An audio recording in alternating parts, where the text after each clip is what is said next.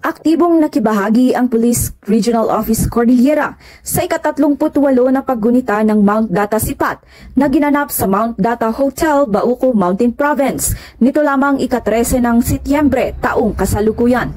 Ang Mount Data Peace Accord o SIPAT ay orihinal na nilagdaan noong ika-13 ng Setyembre taong 1986 matapos ang Cordillera People's Liberation Army na pinamumunuan ng rebelding pare sa naging pinuno ng milisya ng gobyerno, si Conrado Baluag, ay nakipagkita kay dating Pangulong Corazon Aquino sa Mount Data Hotel sa Bauco Mountain Province.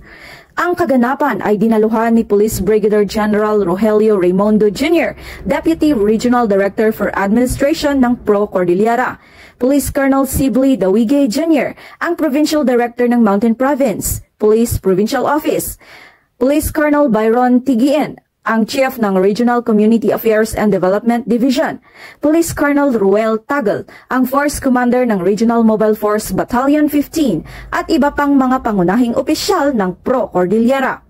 Si Secretary Carlito Galvez Jr., Presidential Advisor on Peace, Reconciliation and Unity naman ang nagsilbing panauhing pandangal at tagapagsalita.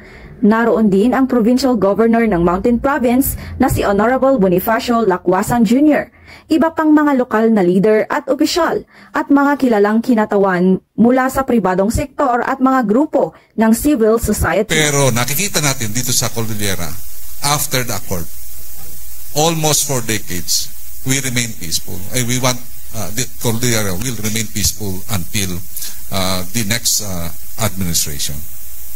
Ang paggunita na ito ay nagbibigay diin sa kahalagahan ng dialogo at paggalang sa isa't isa sa pagpapaunlad ng pangmatagalang kapayapaan at kaunlaran na tinitiyak na ang mga sakripisyong ginagawa para sa pag-unlad ng rehiyon ay naaalala at pinararangalan.